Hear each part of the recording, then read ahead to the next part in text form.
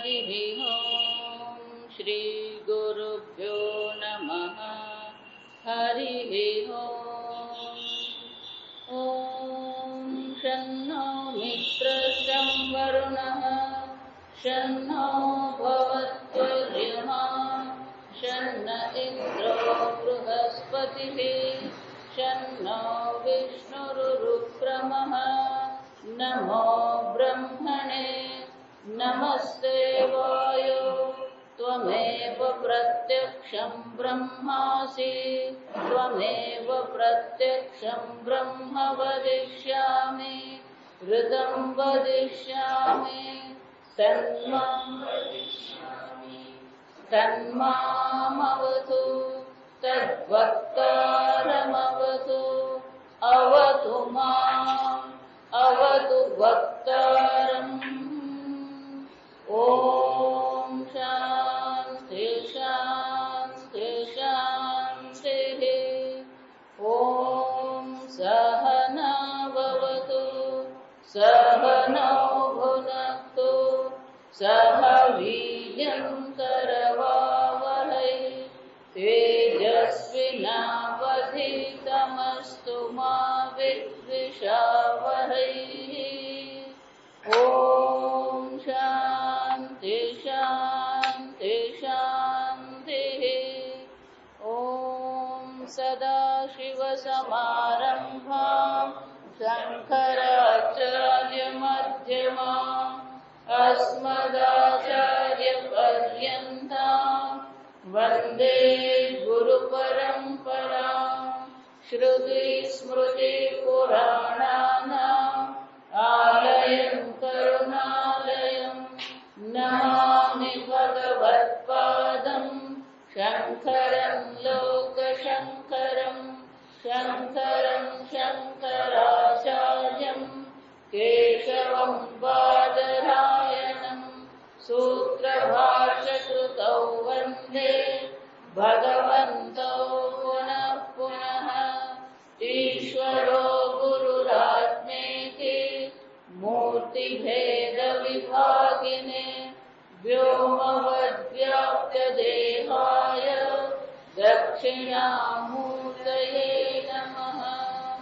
निधये सर्वविद्यानां विशदे भवरोगिणां गुरवे सर्वलोकानां दक्षिणामूर्तये नमः।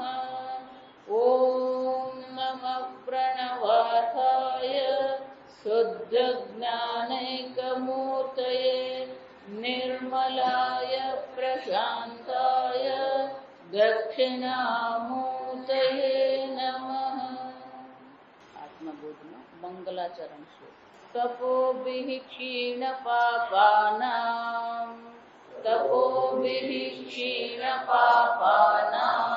शान्तानां वीतरागिणां मुमुक्षुणामपेक्षोऽयम् आत्मबोधो विधीयते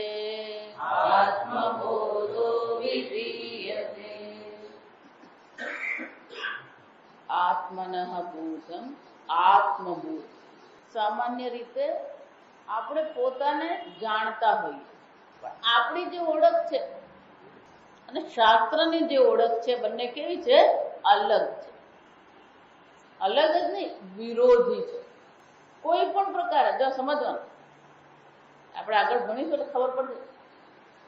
તમે કોઈ પણ પ્રકારે તમારી ઓળખાણ આપો, હું જ્ઞાની છું, એ પણ ખોટી જ ઓળખાણ છે। અને એટલા માટે આ પ્રકરણ ગ્રંથની રચના શંકરાચાર્યજીએ કરી। શાના માટે કરી? શંકરાચાર્યજીએ ગીતા ભાષ્ય લખ્યું, 10 ઉપનિષદના ભાષ્યો લખ્યા, બ્રહ્મસૂત્ર ભાષ્ય લખ્યું। આ બધું થયા પછી પણ ક્યાંક પણ રહી જાય। જો આ સમજ, આ પણ રહી કેમ જાય? ક્યાંક ને ક્યાંક આપણે ગૂંચવાયેલા છે। આપણી સમાજમાં ક્યાંક કોઈ પ્રકારે ગૂંચવણ છે। ગઈ વખતે આપણે અદ્વૈત મકરંદ જોયું, એ જ રીતે આત્મબોધ જે છે એ શ્રવણાત્મક ગ્રંથ નથી, એ મનનાત્મક નિધિધ્યાસ માટે. નિધિધ્યાસન આપણે કેવી રીતે કરીએ? જે કંઈ આપણા વિચારમાં, આપણી બુદ્ધિમાં, આપણી સમજમાં જે પણ કંઈ ગૂંચવાડો છે, એ ગૂંચવાડો કેમ કાઢવો, એ ગૂંચવાડો કાઢવા માટેનો આ ગ્રંથ છે. આત્મા સચ્ચિદાનંદ છે, આત્મા બ્રહ્મ છે. બ્રહ્મસૂત્રમાં આની ચર્ચા છે. બ્રહ્મસૂત્રના ભાષ્યનું પહેલું વાક્ય વાંચીએ, એ પૂર્વ પક્ષ છે. પહેલા જ વાક્યમાં શંકરાચાર્યજી સ્પષ્ટ રીતે દર્શાવે છે, યુષ્મદ અસ્મદ પ્રત્યયો તમ પ્રકાશવદ વિરુદ્ધયો. આ અને હું, ઈદમ અને અહમ. આ શરીર ઈદમ કોટીમાં છે, ઇન્દ્રિય ઈદમ કોટીમાં છે, મન ઈદમ કોટીમાં છે, બુદ્ધિ ઈદમ કોટીમાં છે, અહંકાર પણ ઈદમ કોટીમાં. પણ શું થઈ ગયું? મિથુની કૃત્ય બંને શું થઈ ગયા? એક થઈ ગયા. અને એક થઈ ગયા એટલું જ નહીં, તસ્મિન તદ્બુદ્ધિ અધ્યાસ. શું થઈ ગયો? પેલો અધ્યાસ થઈ ગયો, અન્ય અધ્યાસ થઈ ગયો. અને અધ્યાસ આજનો કાલનો નથી, જન્મો જન્મથી આ અધ્યાસ ચાલી જ રહ્યો. સ્વામીજી ચાલવા નીકળ્યા તો અચાનક પેલું શહેરમાં ચાલવા નીકળ્યા. અચાનક પેલી મોટી દિવાલ આવે ને એટલે એમ તો આ શહેરની વચ્ચે આવડી મોટી દિવાલ શાના માટે, આ કોટ શાના માટે બનાવ્યો? એટલે એમની સાથે બીજા સત્સંગી ભાઈ ચાલતા હતા, એટલે એમણે પેલી દિવાલ જોઈ. એટલે સ્વામીજી એમ ઊંચું કરીને જોયું ને પેલા ભાઈ સમજી ગયા. સ્વામીજી મનમાં વિચાર કરે કે આ આવડી મોટી દિવાલ શાના માટે? સ્વામીજી તમને ખબર દિવાલની પેલી બાજુ કોણ રહે છે? કે ના, પણ અંગ્રેજીમાં વાત કરતા. Swamiji, those who are abnormal are on that side of the wall. જે બધા અસાધારણ છે ને એ બધા પેલી બાજુ છે. એટલે સ્વામીજી કીધું આ બાજુ બધા સાધારણ છે એવું કોને કીધું? અને સ્વામીજી શું કીધું? Those who are abnormally abnormal are on that side. Those who are normally abnormal are on this side. એટલે કહું, સ્વામીજી જે જીવનું અંગ્રેજી કરે ને ઇડિયટ, એ બરાબર જ છે. વિચારો, પોતાના વિચારમાં વિરોધાભાસ છે. જે વ્યક્તિ પોતાના વિચારને કે પોતાના નિર્ણયને પુરવાર કરવાનો પ્રયત્ન કરે ને એ ક્યારેય વેદાંત ભણી શકે નહીં. આ સમજ. જો વ્યક્તિ એમ માનતી હોય કે હું જે કરું છું અને હું જે વિચારું છું એ બરાબર જ છે, તો એ વેદાંત માટે છે જ નહીં. કેમ? કે પાયામાં જ ખોટ છે. જે તમે નથી અને તમે હું માનીને ચાલી રહ્યા છો, અને એના આધારે પછી તમે જેટલા પણ વિચાર કરો એ બધા વિચારો શું હોવાના? આપણા ગણિતના દાખલા જેવું. ગણિતના દાખલામાં શું થાય? પહેલા કે બીજા પગથિયે જો તમે ભૂલ કરી, ગણિતમાં એવું થાય કે પેલી બીજી ભૂલમાં કદાચ જવાબ સાચો આવી જાય. આ સમજવું. ઘણી વાર એટલે ગણિતના દાખલામાં ઘણા બધા પગથિયા હોય તો પેલું પહેલું પગથિયામાં ભૂલ કરે, પછી ત્રીજી પગથિયામાં એવી ભૂલ કરે કે પેલી ભૂલ સુધરી જાય, પણ જવાબ સાચો આવી જાય. પણ અહીંયા આવું થવાનું છે. દસમાને ક્યારે એવું જ્ઞાન થઈ છે કે હું દસમો છું? કેટલી વાર તમે આ વાર્તા સાંભળી હશે, આ કથા સાંભળી હશે? દસમાને ક્યારે હું દસમો છું એ જ્ઞાન થઈ શકે જ નહીં. અને એની જેટલી પ્રવૃત્તિ છે એ પ્રવૃત્તિનો આધાર શું છે? દસમો ખોવાઈ ગયો. જ્યાં સમજ, એની જેટલી પણ પ્રવૃત્તિ છે, એના જેટલા પણ વિચારો છે, એ બધા વિચારોનો આધારમાં શું છે? દસમો ખોવાઈ ગયો. એમ એક વાર અહમ અને ઇદમ એક થઈ ગયા, મિથિની કૃત્ય, દેહ, પુત્ર, ગેહ, આ બધામાં શું કરીએ છીએ? અહમ મમ ઇતિ ભાવ, આ હું છું અને આ બધું મારું છે. એટલે વલ્લભાચાર્યજી વ્યાખ્યા શું કરી ગયા? અહંતા મમતા ઇતિ સંસાર. આ તમારો સંસાર શું છે? આ હું અને આ બધું મારું. સમજ? બધા એબનોર્મલ જ છે. કેમ? બધાની ચર્ચા જે છે કે વાત જે છે કે પ્રવૃત્તિ છે એનો આધાર શું છે? હું દેહ છું, દેહાધ્યાસ. આમ આપણી દેહાધ્યાસ જે છે ને એ છૂટતો નથી. હું દેહ છું એ છૂટે નહીં. વેદાંત ભણ્યા પછી દેહાધ્યાસ છૂટી જાય એવું માનવાનું નહીં. એટલે ભગવાન ગીતામાં કેવું પડ્યું? તત્સ્વયં યોગ સંસિદ્ધ કાલેનાત્મને વિંદતિ. એક દિવસનો અર્જુન ખેલ નથી. કાલેના એટલે શું છે? In time. અંગ્રેજીમાં શું કહેવાય? In time. સ્વામીજી એટલે બહુ સરસ. 12 વર્ષનું ભણવાનું છે ને હું 3 વર્ષમાં પૂરું કરું. ખરેખર આ કોઈ પણ વિદ્યા હોય, વિદ્યા માટે કેટલા વર્ષ જોઈએ? 12 વર્ષ જોઈએ. માતાજી અમે 15 વર્ષથી ભણીએ. કેવી છે આખો આ ગ્રંથ જે છે ને એ નિધિધ્યાસનનો ગ્રંથ. જે જગ્યા પર ગૂંચવાડાની શક્યતા છે એ બધા મુદ્દાઓ લઈને શંકરાચાર્યજી શું કરે છે? એને કાઢવાનો પ્રયત્ન. આપણી મુશ્કેલી ક્યાં છે? આપણે ક્યાં ગૂંચવાયા છે? વેદાંત એમ છે ને આજે તમે જુઓ ને હાલત શું છે? ગૃહે ગૃહે પુસ્તક ભાર ભાર. કોઈના પણ ઘરે જાઓ. એક અમેરિકામાં હું જઈ આવી એક ભાઈને ત્યાં, એમને તો ઓછામાં ઓછા 2000 પુસ્તકો છે. પેલો ગીતા પ્રેસ વાળો એમને ઓળખે, ચૌખંબા વાળો એમને ઓળખે, પ્રવીણ પ્રકાશન વાળો ઓળખે. ગૃહે ગૃહે પુસ્તક ભાર ભાર. ઘેર ઘેર પુસ્તકો. મઠે મઠે તાપસ વૃંદ વૃંદ. કોઈ પણ આશ્રમમાં, કોઈ પણ મઠમાં જાઓ, અનેક લોકો જોવા મળે. અનેક પ્રકારની તપશ્ચર્યા, અનેક પ્રકારની સાધના કરનારા જોવા મળે. પૂરેપૂરે પંડિત યુથ. યુથ એટલે ગ્રુપ, સમૂહ. કોઈ પણ નગરીમાં જાઓ, અનેક પંડિતો છે. તમે બ્રહ્મસૂત્ર કોણ, પ્રશ્ન ઉપનિષદ કોણ, ગમે તે કોણ, પંડિતો છે. છેલ્લું વાક્ય છે ને મજા. ન કર્મ કરતા ન બ્રહ્મ વેદતા. ન કર્મ કરતા ન બ્રહ્મ વેદતા. કોણ કર્મ કરે? જો આ પહેલી વસ્તુ છે. કર્મ કોને કહેવાય? ચલનાત્મકમ કર્મ. હલન ચલન થાય એટલે કર્મ કહેવાય. કર્મ પારિભાષિક શબ્દ છે. ચલનાત્મકમ કર્મ નહીં કહેવાય. શંકરાચાર્યજી ચલનાત્મકમ કર્મ એવી વ્યાખ્યા આપે છે બ્રહ્મસૂત્રમાં જ આવે. પણ કે વ્યાખ્યા પૂરતી છે. આ લીમડો એ હલી રહ્યો છે, એ કર્મ કહેવાય? પાણી વહી રહ્યું એ કર્મ કહેવાય? જોઈ ચલનાત્મકમ કર્મ એમ કહીએ એને અતિવ્યાપ્તિ કહેવાય. કેમ? અતિવ્યાપ્તિ એટલે કે વ્યાખ્યા જેના માટે કરવામાં આવી એનાથી બીજા નહીં લાગુ પડે. એટલે ના હેતુપૂર્વકમ ચલનાત્મકમ કર્મ. હેતુપૂર્વક. હેતુ છે, એની પાસે કોઈક વિચાર છે, કોઈ ઉદ્દેશ્ય છે. કે હેતુપૂર્વક કહીએ ને તો સિંહ હરણને મારે છે, એની પાછળ હેતુ છે. શંકરાચાર્યજી બ્રહ્મસૂત્ર શારીરિક ભાષ્યમાં કે હરિત પાણી, હરિત તૃણ પાણી. કોઈ પેલું હરિત એટલે લીલું ઘાસ. લીલું ઘાસ લઈને કોઈ ઉભો રહ્યો હોય તો ગાય શું કરવાની? એની પાસે આવે. હેતુપૂર્વકમ. આ સમજવાનું છે. હેતુ ગાય પાસે. પણ જે ગાય નજીક આવે પેલું હરિત તૃણ લીલું ઘાસ છોડી દે. દંત પાણી. હવે કોણ બની ગયો? ગાય શું કરવાની? આ ભાઈ લગાવ લે. આમે બળડો દુખે જ છે.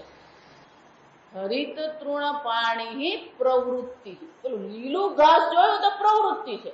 દંડ પાણી જોયું એટલે શું કરવાનું? નિવૃત્તિ. હેતુપૂર્વકમ. આ કર્મ છે નહીં. સમજ કે કર્મ કોને કહેવાય? હેતુપૂર્વક તો હોવું જ જોઈએ. ચલનાત્મકમ પણ હોવું જ જોઈએ. પણ હજી કંઈક ખૂટે છે. તો કે કર્મ કોને કહેવાય? આજે આ જ વસ્તુની મુશ્કેલી છે. આ સમજજો. પણ અમારે જયારે ચર્ચા કરે ને ત્યારે એવું લાગે કે અમે વિરોધ કરીએ. આ વ્યાખ્યા જો તમે સમજો ને તો કેટલાય સંપ્રદાય આખા ઉડી જાય. આ સમજજો. હકીકત છે. ન કર્મ કરતા. કોણ કર્મ કરે છે? કર્મ કરનાર કેટલા છે? કર્મ આપણને લાગે છે બધા કરી રહ્યા છે. પેલા આમ યજ્ઞ કર્યો ને પેલા આમ કર્મ કર્યું ને પેલો અહીંયા જઈ આવ્યો ને પેલા આમ ધ્યાન કર્યું, પણ એ કર્મ છે ખરું? કોને કર્મ કહેવાય?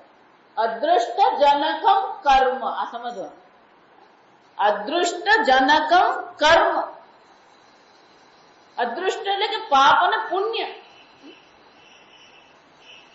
મુંડકોપનિષદ ભણી ગયા ને અત્યારે અપરા વિદ્યાની મર્યાદા જોઈ, ત્યાં શું લખ્યું? સૌથી સરળ કર્મ ભાજો હોય વેદનું તો એ અગ્નિહોત્ર કર્મ. આપણને સૌથી અઘરું લાગે આ પહેલી વસ્તુ.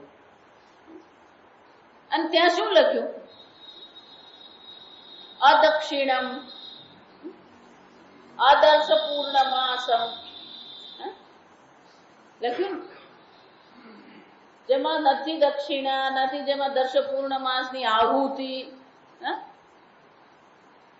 આમ એક કર્મ અગ્નિહોત્ર છે, પણ એની સાથે બીજા ઉપકર્મ છે. અગ્નિહોત્રની બધી 3 આહુતિ સવારે આપવાની, 3 આહુતિ બપોરે આપવાની, મધ્યાહનમાં 3 આહુતિ સંધ્યાકાળમાં. એટલું જ નહીં, અમાસને દિવસે વિશેષ 3 આહુતિ, પૂનમને દિવસે વિશેષ 3 આહુતિ. અને ત્યાં લખ્યું કે આ ઉપકર્મ જો કરવામાં નહીં આવે તો આ કર્મ પુણ્ય ઉત્પન્ન કરે જ નહીં. સમજાય? અદૃષ્ટ જનકમ નથી એ. અશ્વમેધ યજ્ઞ આપણે કહીએ. એટલા માટે શાસ્ત્રમાં લખ્યું છે કે આ કર્મનો કોણ અધિકારી?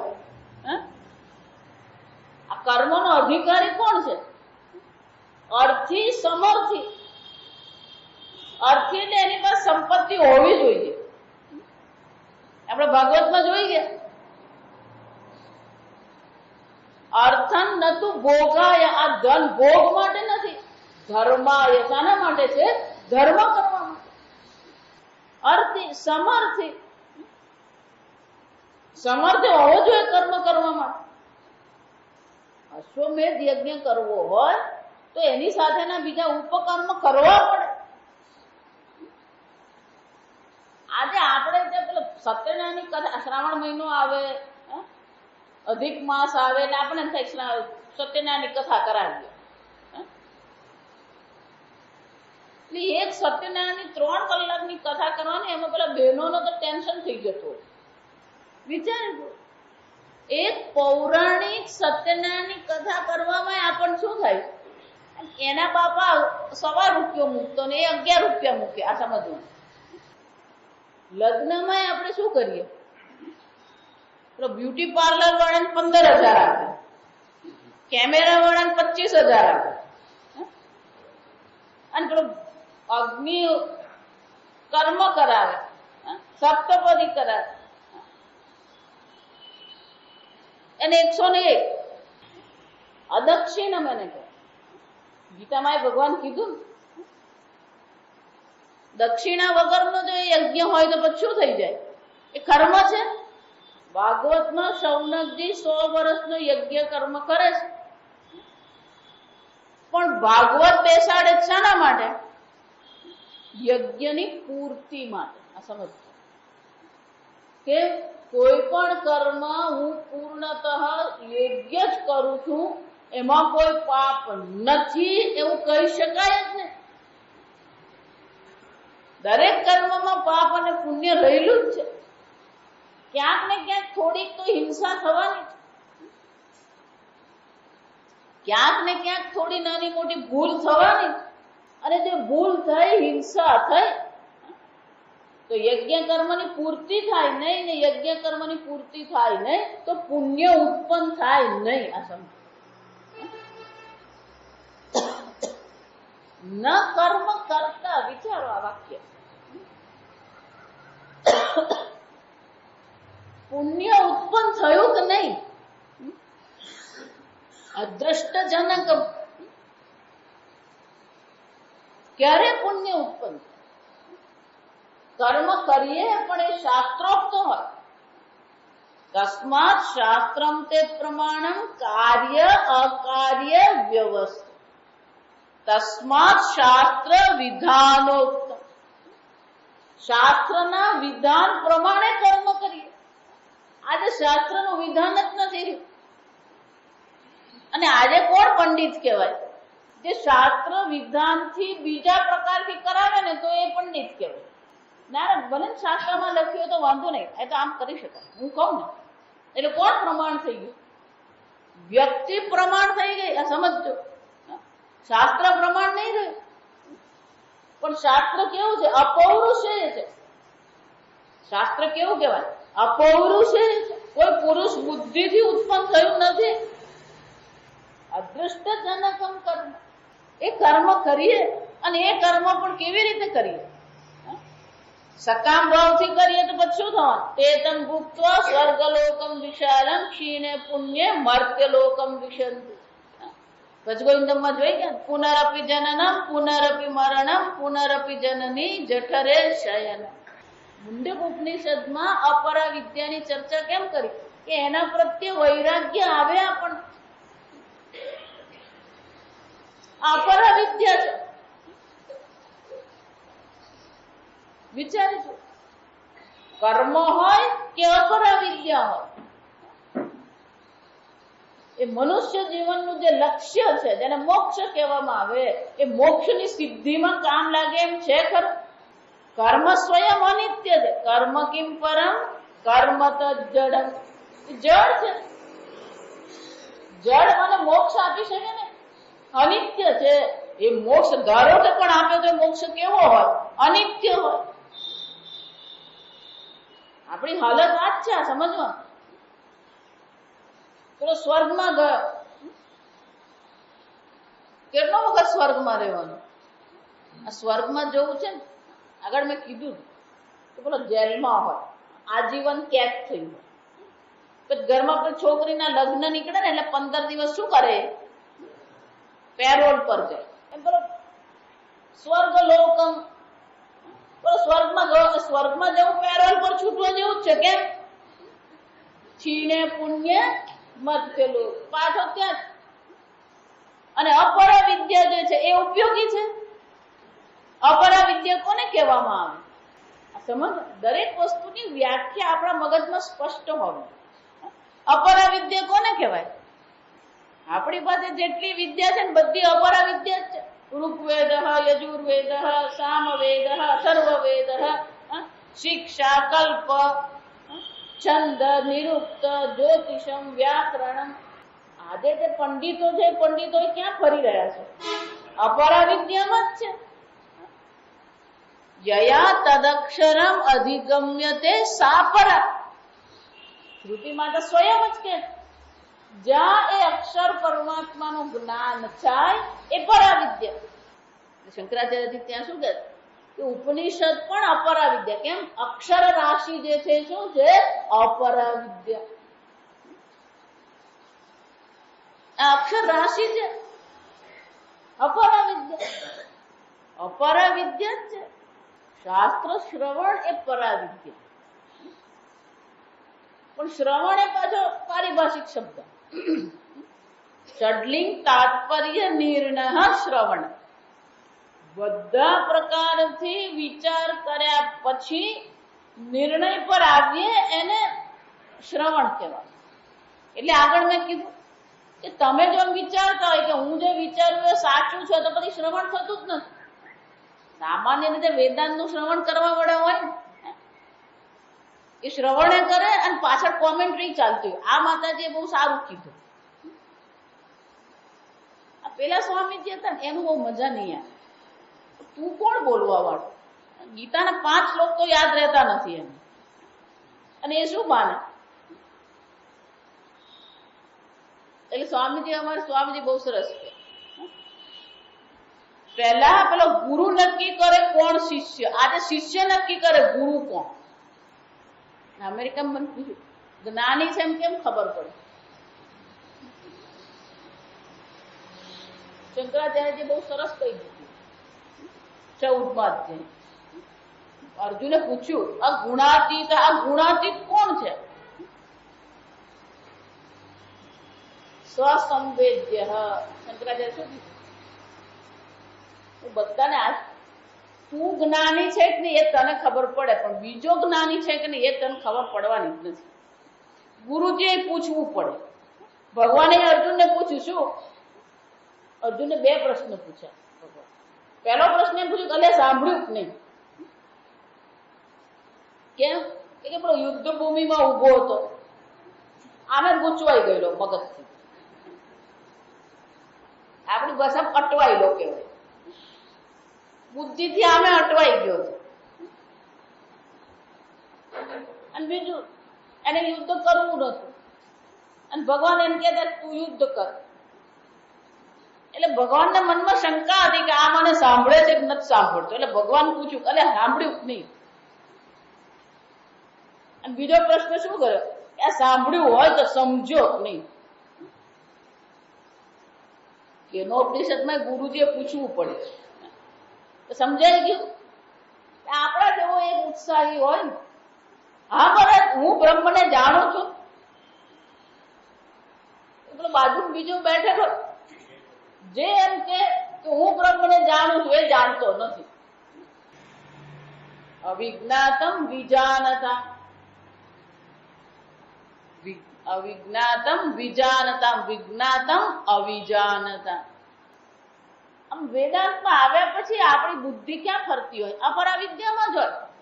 વિચાર સમજ એટલા માટે જ્યાં તમે એમ માનો કે હું મારા વિચાર પ્રમાણે સાચો જ છું કે સાચી જ છું, કીધું મૂળમાં જ ખોટું છે.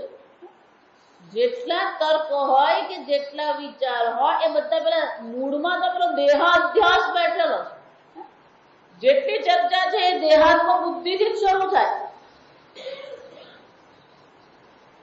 એટલે શંકરાચાર્યજી અધ્યાસની ચર્ચા કરી. અધ્યાસ ભાષ્ય કહેવાય કે આપણા બધા વિચારો આ અધ્યાસને આધારે જ છે. દેહાધ્યાસ છૂટતો જ નથી, દેહાત્મ બુદ્ધિ છૂટતી જ નથી. હું દેહ છું,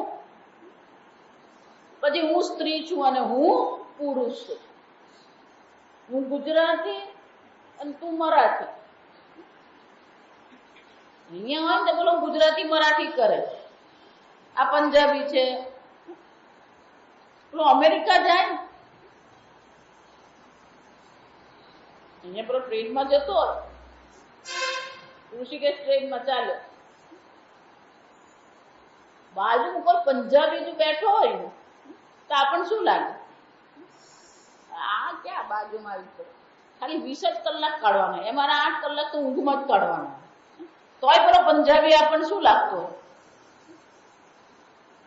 તો કોઈ ગુજરાતી આવીને બેઠો તો વિચારી, આ પંજાબી ને હું ગુજરાતી, પણ એ જ પંજાબી અમેરિકા મળે ને તો આપનાવાળા. કેમ? એ ભારતનો નથી, ભારતનો. આ તો બિહારી બાપુ, એટલે બિહારી બાપુ ભારતનો જ છે ને. આપણે કયા સ્તરથી વિચારીએ છીએ? શંકરાચાર્યજી આ પ્રકરણ ગ્રંથ કેમ લખ્યું? ન કર્મ કરતા, કોઈ કર્મ કરવા તૈયાર જ નથી. ન કર્મ કરતા ન બ્રહ્મ વેદતા. કોણ બ્રહ્મને જાણે? અને બ્રહ્મને જાણવું જોઈએ કેવા વાળા કેટલા? કયા પછી જોઈએ તો શું દેખાય? વિચાર. એટલે તો આજકાલ શિષ્ય નક્કી કરે કોણ ગુરુ, અને ફાવ્યું ને તો બદલી નાખે. વિચાર, મુશ્કેલી ક્યાં છે? એટલે પહેલા જ શબ્દમાં શંકરાચાર્યજી શું કહે છે? તપોભિ ક્ષીણ પાપાના. કોણ તપશ્ચર્યા કરનાર છે? ગીતામાં 3 પ્રકારની તપશ્ચર્યા બતાવી. આ સમજો. તપોભિ બહુવચન છે અહીંયા. તપશ્ચર્યાઓ દ્વારા. એનો શું થયું? તપશ્ચર્યા વિના ક્ષીણ પાપાનામ એટલે કે પાપની અશુદ્ધિની નિવૃત્તિ થતી નથી. આપણે બે પ્રકારના કર્મો છે. એક કર્તવ્ય કર્મ, એ તો કરવાના જ છે. સમજો, કર્તવ્ય કર્મ તો છે જ. આપણે જન્મ થયો ને ત્યારથી જ કર્તવ્ય કર્મ ચાલુ જ થઈ ગયા. પણ કર્તવ્ય કર્મ ઉપરાંત આ તપશ્ચર્યાની પણ આવશ્યકતા. હું એટલા માટે તપશ્ચર્યાની વ્યાખ્યા બીજા બધા કરતા થોડી અલગ કરું. સામાન્ય રીતે શંકરાચાર્યજી પણ કહે છે તપતિ ઇતિ તપઃ. તમારા દેહને, તમારા મનને, તમારી બુદ્ધિને તપાવીએ એને તપશ્ચર્યા. તપતિ ઇતિ તપઃ એ વ્યાખ્યા ખોટી નથી, બરાબર જ છે. કેમ કે કોઈ પણ વસ્તુને શુદ્ધ કરવું હોય તો શું કરવું પડે? એને અગ્નિનો સ્પર્શ કરાવવો પડે. અગ્નિના સ્પર્શથી જ વસ્તુ શુદ્ધ થાય. આ સમજો. પછી એ સોનું હોય કે પાણી હોય. પણ કર્તવ્ય કર્મ તપશ્ચર્યા નહીં કહેવાય. આ સમજો.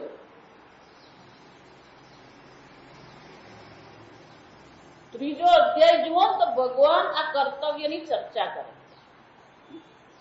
આજકાલ આ કળિયુગમાં કર્તવ્ય કોને કહેવાય? ભણવાનું, લગ્ન કરવાના, બે ચાર ઉત્પન્ન કરવાના, એને ભણાવવાનું, એને પરણાવવાનું અને એના છોકરા છે એને મોટા કરવાના. આ કર્તવ્ય કર્મ. વિચાર, કર્તવ્ય કર્મ જ નથી. તપશ્ચર્યા તો બાજુ જ છે.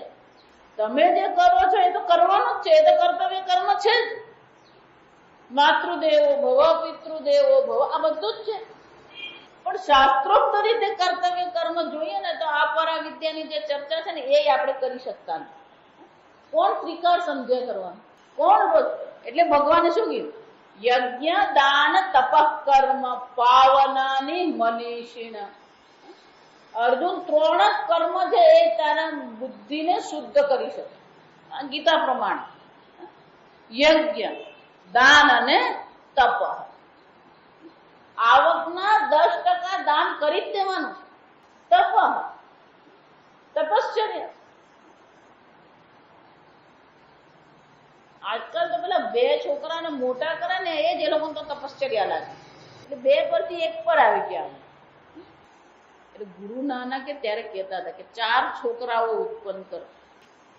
4 નહીં, એક ઓર કોઈ પેલા માથું દુખતું. એટલે કર્તવ્ય કર્મ જ જો યોગ્ય રીતે નહીં થતું એ તપશ્ચર્યા શું કરવાનું? કોને તપશ્ચર્યા છે?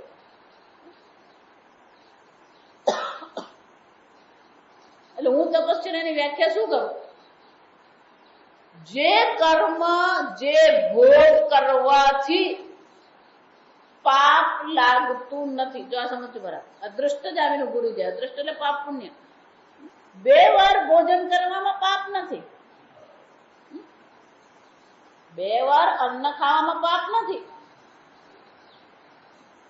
બોલવામાં પાપ નથી. એને શું કહેવાય? વિહિત કર્મ કહેવાય. શાસ્ત્રમાં એને વિહિત કર્મ. વિહિત કર્મ છે જેમાં કોઈ પાપ ઉત્પન્ન થતું નથી. છતાં પણ એ વિહિત ભોગ જે છે એ ભોગનો તમારા સંકલ્પથી, તમારા નિર્ણયથી તમે ત્યાગ કરો. વિહિત ભોગનો પણ તમે ત્યાગ કરો. અત્યારે બધા શ્રાવણ મહિનો આવે, ચતુર્માસ આવે એટલે શું કરે? એક જ વાર ભોજન. 2 વાર ભોજન કરવામાં પાપ નથી. પણ છતાં પોતાના નિર્ણયથી એક જ વાર ભોજન કરે તો પછી એને શું કહેવાય? તપશ્ચર્યા. બોલવામાં પાપ નથી, પણ બને એટલું ઓછું બોલીએ તો એને શું કહેવાય? તપશ્ચર્યા. એટલે ભગવાને એ બહુ સુંદર વ્યાખ્યા કરી. 17મા અધ્યાયમાં 3 પ્રકારના યજ્ઞ, 3 પ્રકારના દાન, 3 પ્રકારની તપશ્ચર્યા દર્શાવે. સાત્વિક, રાજસિક અને તામસિક. તો વચ્ચે ભગવાન કહે છે કે ત્રિવિધમ તપઃ. તપશ્ચર્યા પણ 3 પ્રકારની છે. ત્રિવિધમ તપ. તો પહેલી તપશ્ચર્યા કઈ છે? દેવ દ્વિજ ગુરુ પ્રાજ્ઞ પૂજનમ. આ 4ની પૂજા થવી જોઈએ. દેવ, સવાર સાંજ ઘરમાં દીવો થવો જ જોઈએ. કેટલા ઘરમાં સવાર સાંજ દીવો થાય? સવાર સાંજ નહીં, સવારે દીવો થતો હોય તો ભગવાનનો આભાર માનો. ઘરમાં 3 દીવા થવા જોઈએ. એક દેવને દીવો થવો જોઈએ, એક પણિયારામાં દીવો.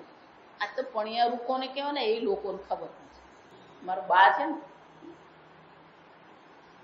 પેલા માટલું રાખતા, ફિલ્ટર લીધું એટલે રોજ પેલો દીવો માટલા એ મૂકે.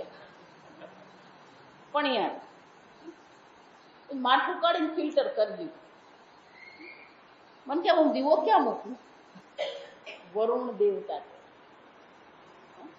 શરીર કોને કારણે ચાલી ગયું? વરુણ દેવ. થોડું ડિહાઇડ્રેશન થાય એટલે શું થઈ જાય? પેલો લૂલી ભાજી થઈ જાય. કઈ નહીં, હવે માટલા ને બધા ફિલ્ટર પાસે મૂકવાનો. દીવો ક્યાં મૂકવાનો? પેલા કુવા પર મૂકતા દીવો. દરેક ઘરમાં પાછળ વાડામાં કુવો હોય છે, એટલે કુવા પરથી માટલા પર દીવો આવે. હવે માટલા પરથી દીવો ક્યાં ગયો? ફિલ્ટર પર. એક દીવો દેવને કરવાનો, એક દીવો પાણીના સ્થાન પર, વરુણ દેવતા, અને ત્રીજો દીવો તુલસીને કરવાનો. આ તો ઘરમાં તુલસી હોય જ નહીં. તુલસી હોય ને તોય જોવા.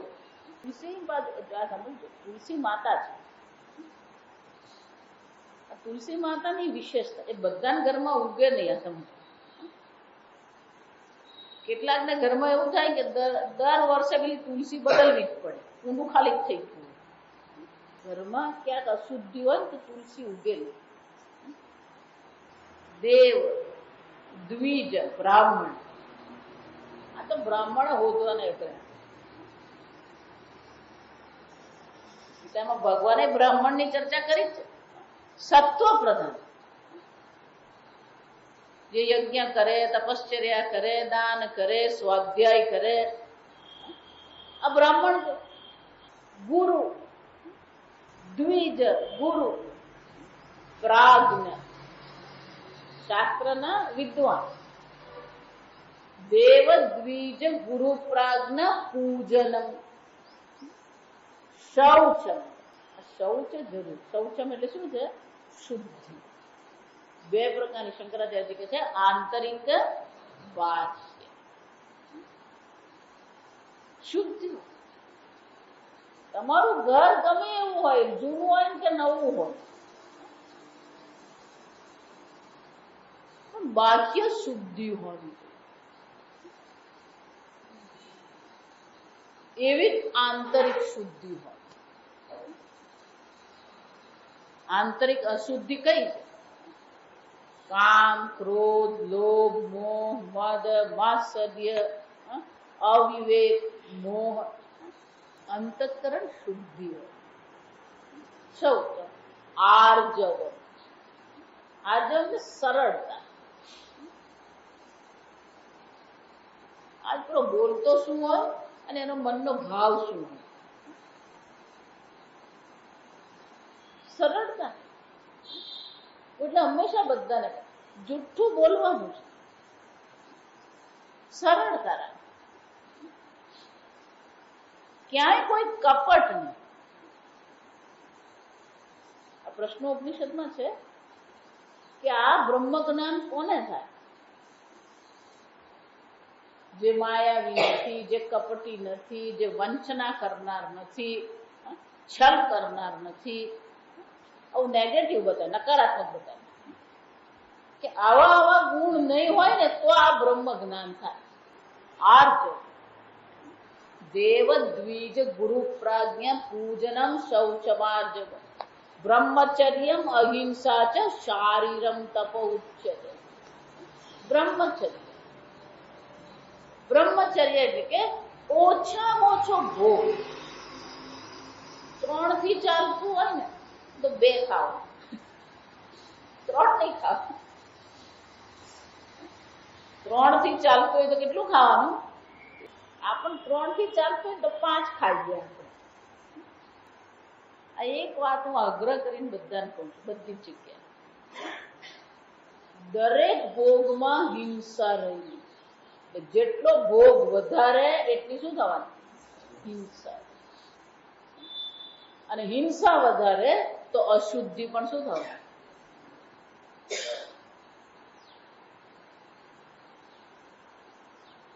આપણા જીવનમાં 3 પ્રકારની અશુદ્ધિ. એક દ્રવ્યની અશુદ્ધિ. આપણે જે ધનની કમાણી કરીએ એ દ્રવ્યની અશુદ્ધિ. કોઈ પણ વ્યક્તિ અત્યારે કળિયુગમાં કહી શકે જ નહીં કે મારું ધન શુદ્ધ છે. કહી શકે? એક ભાઈ મને કે મારું તો શુદ્ધ છે. કેમ? કે હું 8 કલાક બેંકમાં જાઉં છું, બરાબર પ્રમાણિકતાથી કામ કરું છું, એટલે મારું ધન શુદ્ધ છે. 8 કલાક શરીરથી ત્યાં બેઠો હોય તો બધા કામ બરાબર કર્યા હોય, એને લોન લેવા આવે, બધા લોન આપી દે. ક્યાંક ને ક્યાંક આપણે શું કરતા હોય? એને પક્ષપાત કહેવાય. એને શું કહેવાય? શક્ય જ નથી. આ સમજ કલવ કલુષ ચિત્તાન. આ કળયુગમાં ચિત્ત જ આપણું કેવું છે? કલુષ. પાપ દ્રવ્ય ઉપજીવિના વિધિ ક્રિયા વિહીના. શાસ્ત્રોક્ત રીતે જે વિધિ કરવાની છે, જે કર્મ કરવાના છે, આપણે કરી શકતા નથી. પાપ દ્રવ્ય. અને અશુદ્ધ ધનથી ખરીદેલું ધન પણ શું હોવાનું? અશુદ્ધ જ. તમારી પાસે કેટલું છે ને એ મહત્વનું. તમારું હૃદય કેટલું શુદ્ધ છે ને એ મહત્વનું. અને હૃદયની શુદ્ધિ ક્યારે થાય?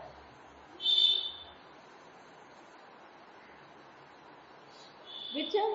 બ્રહ્મચર્ય, ઓછામાં ઓછો ભોગ, અહિંસા.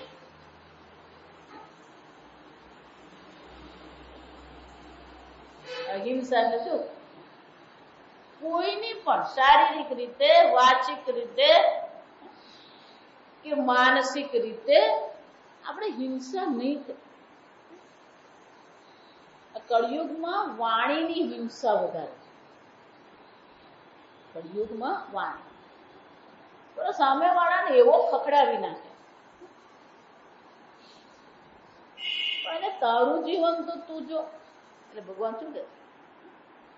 દેવ દ્વિજ ગુરુ પ્રાજ્ઞ પૂજનમ શૌચમ આર્જવમ બ્રહ્મચર્યમ અહિંસા ચ શારીરમ તપ ઉચ્ય. પછી વાચિક અનુદ્વેગ ખરમ વાક્યમ સત્યમ પ્રિયમ હિતમ ચયત સ્વાધ્યાય અભ્યસનમ ચય વાંગમયમ તપ ઉચ્ય. વાણી કેવી હોવી જોઈએ? અનુદ્વેગ. ભલે તમારો ભાવ સાચો છે, પણ એનો અર્થ એવો નથી કે ઉદ્વેગ કરનારી વાણી તમે બોલો. ના પાડતા આવડવી જોઈએ. અમેરિકામાં બહુ વર્ષો પહેલા એક પુસ્તક નીકળ્યું, હાઉ ટુ સે નો. ના કેમ પાડવી શીખવું પડે. અનુદ્વેગ કરમ વાક્ય. કોઈને ઉદ્વેગ કરનારું વાક્ય હોવું જોઈએ. ના, એ તો મારો મિત્ર છે, એને તો હું બોલી શકું. નહીં. સત્ય. જે બોલીએ કેવું હોવું જોઈએ? સત્ય. પણ માતાજી સત્ય બોલીએ ને તો ઉદ્વેગ કર જ હોય. હજી પૂરું થયું નથી. શાંતિ તો રાખ. સત્યમ પ્રિયમ. કેવું હોવું જોઈએ? પ્રિય. હિતમ. કલ્યાણકારી.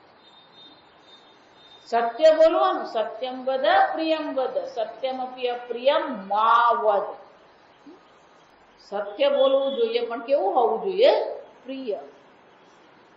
અપ્રિય હોય તો બોલવાની જરૂર. હિતમ, કલ્યાણકારી હોય, એને કામનું હોવું જોઈએ. આમસ્તા ગપ્પા મારવાની જરૂર નથી. ખબર પડી પેલા ભાઈ ક્યાં ગયા છે, તને શું કામ, ક્યાં ગયા?